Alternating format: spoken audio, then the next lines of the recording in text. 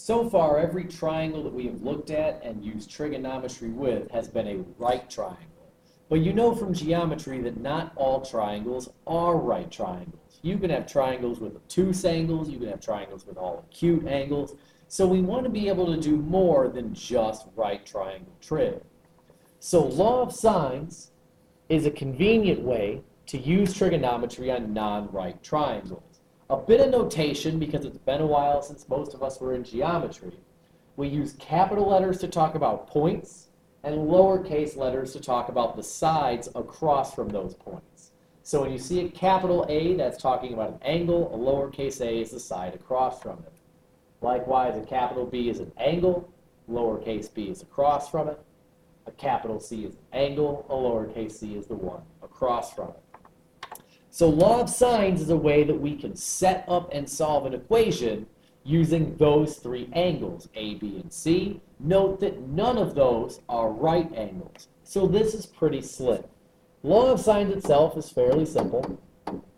The ratio you get when you divide the sine of an angle by its opposite side is equal for all three angles.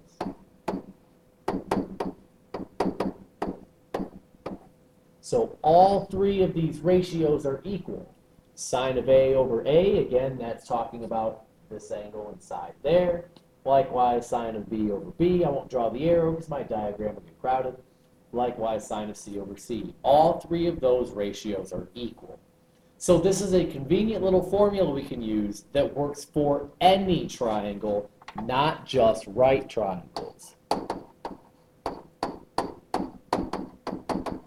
That's the key. So if you remember from geometry, there's a few different ways triangles can be set up. Angle, angle, side, angle, or angle, side, side.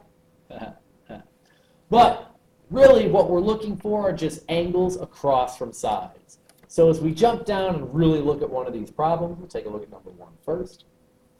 What we're really looking for are, do we have angles across from sides? And in this case, in number one, we do.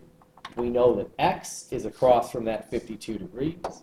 So sine of 52, the s in my sine looks like a 5. Sine of 52 degrees over x, that's a ratio, the sine of my angle over the side. That's going to be equal to the ratio of sine of 34 over 10.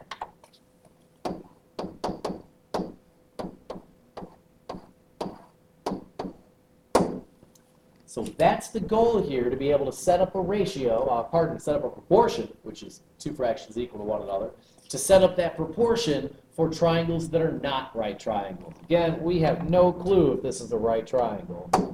Actually, we could figure it out pretty quickly. All three angles add up to 180. So if you have a 52 and a 34, those add up to 86. So unfortunately, this is not a right triangle, which is pretty solid. So what we have now is a ratio, a proportion, two ratios equal to one another, that we can solve just using our basic algebra methods. It looks weird because I've got two different trig functions there, but it's still just a number divided by a number, and we can cross multiply. So cross multiply is the one skill that never goes away. X times sine of 34 on one side, and we will have a 10 times sine of 52 on the other. So we now have an equation. X is not by itself yet, though, so it's not a solved equation. In order to solve it, the opposite of times sine of 34 is to divide by sine of 34. And what you do to one side of an equation, you have to do to the other. So just like middle school, cross multiply and divide. Same couple of steps, they're just a bit uglier. As far as what to do with this mess, well, that's calculator work.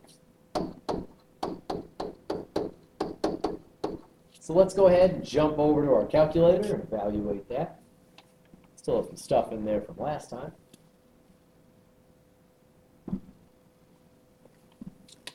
All right. So in the numerator, remember alpha F1 brings up your fraction menu. In the numerator, we had 10 times sine of 52. In the denominator, we had sine of 34. And I do want to remind you that you want to make sure your calculator is in degree mode. So you can see that by scrolling down a little bit. You have two options, radians and degrees. Mine is in the correct mode. So this did work for us. I got a 14, if we're rounding to the nearest tenth, 14.1.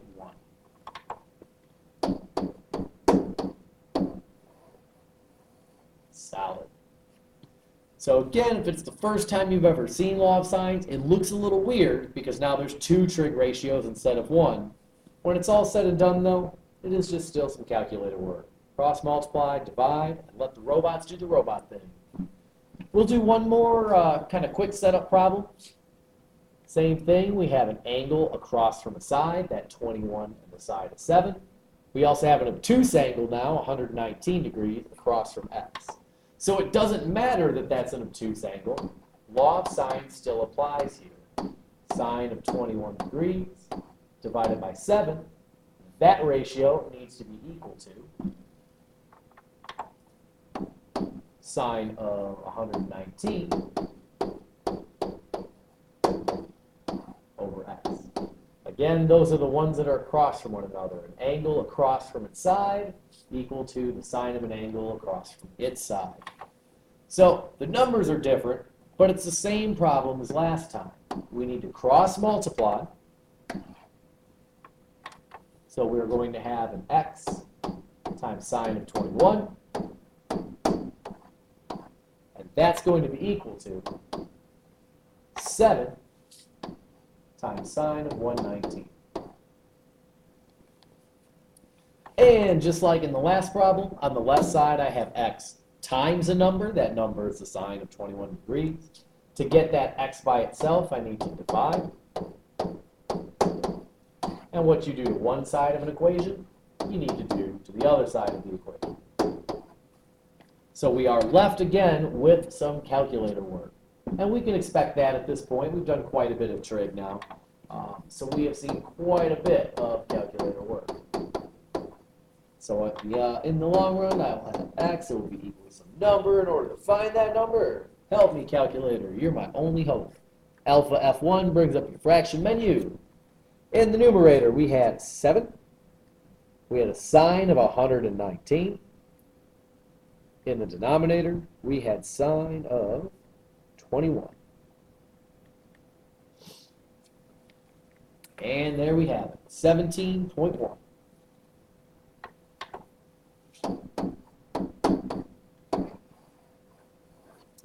So both of these triangles came set up with the side length across from an angle.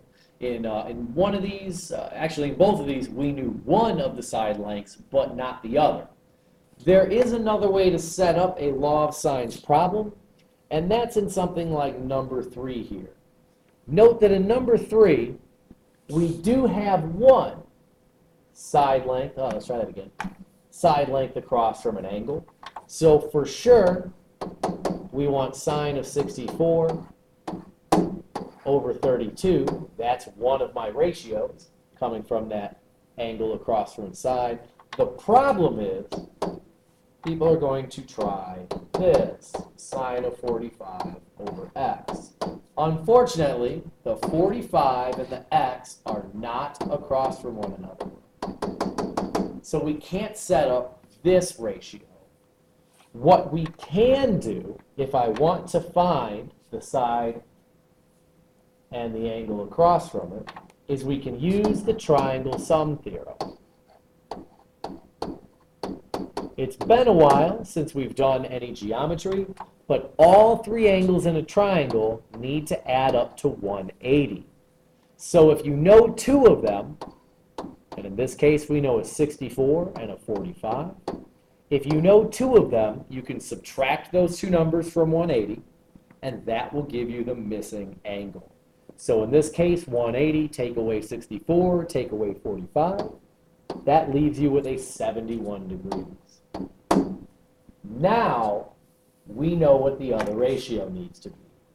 It's sine of 71 over x. It's not too much more difficult than the previous examples. There is just that extra step. You don't always know the angle that you really want. Afterwards, it's another cross-multiply problem. That should have been read. So we have another cross-multiply problem. On the left side will be an x times sine of 64. On the right side, we'll have a 32 times sine of 71. And in order to get x by itself, we divide. Goodbye.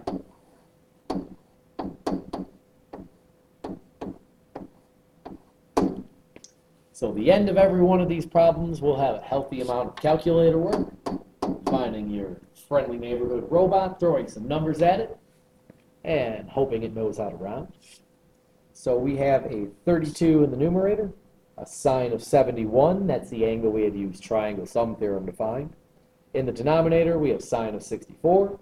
Hit enter, and we get 33.7. Again, we have a 0.6. There's a 6 after that 6. So that tells us to round that first 6, the one in the 10th place, up to a 7. So that's going to be 33.7.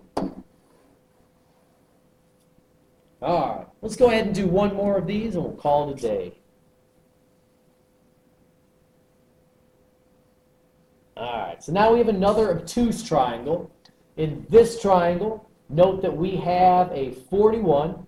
Oh, but we don't know. Derp. Let's try that again. We have a 41, but we don't know the side across from that 41. That's too bad. What we do know is this 110 across from the x. Well, okay.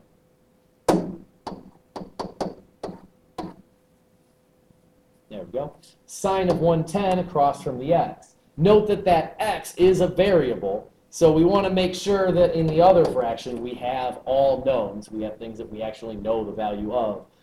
That 41 is across from a blank, so we don't want to set up an equation with that. The only other given is this 19, and we also don't know the angle across from the 19.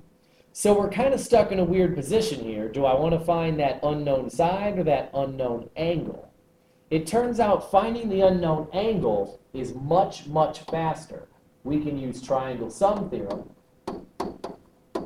in order to get that unknown angle. And triangle sum theorem is just starting with 180, subtracting off the two angles you already know, and that will give you the missing one. In this case, the missing angle is 29. 180, take away the 110 gives you 70. 70 minus 41 is 29. So that gives us this angle here. So now that I actually know a side across from an angle,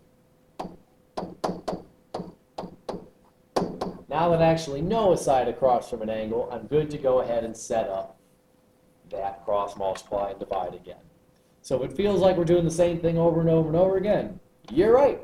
Let's cross multiply. 19 times sine of 110. That's going to be equal to, now my x is on the other side, that's okay, x times sine of 19. And now notice again my x is on the right hand side, so we do want to be careful.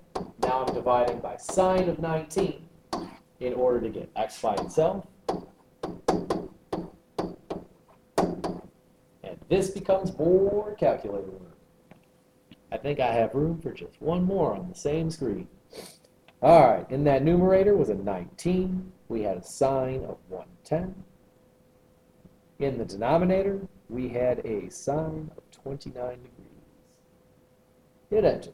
Away we go. 36.8.